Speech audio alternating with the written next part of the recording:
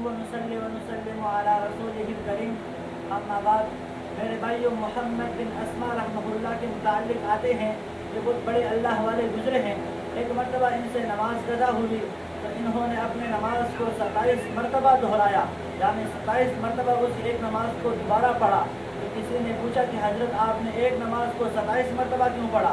तो फरमाने लगे कि मैंने हदीस सुनी है कि अगर जमात के साथ एक नमाज पढ़ी जाए तो 27 मरतबा उसका 27 दर्जे का सवाब उसे मिलता है, लेकिन अगर कोई बंदा अकेले पढ़े तो उसे एक नमाज का सवाब मिलते हैं। तो फरमाने लगे मैंने एक नमाज को 27 मरतबा पढ़ा ताकि मुझे वो सवाब मिले।